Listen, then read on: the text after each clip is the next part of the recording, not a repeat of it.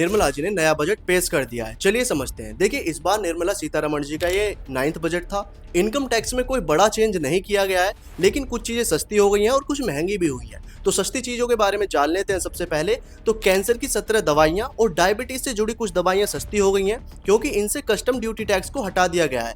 इसके अलावा भी कुछ दवाइयां सस्ती हो गई हैं, जिनमें पहले 20% टैक्स था, उसे कम करके 10% कर दिया गया है। इसके अलावा आता है फुटवियर, लेदर वियर, जो कि सस्ता होगा, क्योंकि इस पर लगने वाला कस्टम टैक्स भी कम कर दिया गया है। साथ ही mobile phone, mobile battery, EV बैटरियां भी सस्ती हो सकती हैं, क्योंकि इन पर जो ड्यूटी टैक्स लगता है उसको भी कम कर दिया गया है। माइक्रोवेव ओवन और उसके पार्ट्स भी सस्ते हो जाएंगे। सोलर पैनल और सोलर एनर्जी से जुड़े सामान भी सस्ते हो जाएंगे। स्पोर्ट्स इक्विपमेंट पर भी बजट का खास ध्यान रखा गया है, ये चीजें भी सस्ती हो जाएंगी। इसके अलावा विदेश यात्रा पैकेज पर लगने वाला TCS यानी टैक्स कलेक्टेड एट सोर्स को अब 5% या 20% से घटा करके 2% कर दिया गया है। जो लोग फॉरेन में पढ़ाई करने की सोच रहे हैं तो ये भी सस्ता हो जाएगा। और महंगा क्या होगा, तो शराब, स्क्रैप और खनिज जैसी चीजें शामिल हैं, जो कि महंगी हो जाएंगी। इस बजट की सबसे खास बात ये रही कि भारत में 15,000 सेकेंडरी स्कूल और 500 कॉलेजेस में कंटेंट क्रिएशन लैब भी बनाई जाने का प्रावधान रखा गया है। तो इस बजट की ये कुछ हाईलाइट्स थी, और शेयर कर देना ये जानकारी सभी के साथ, ताकि सभी को पता चल सके।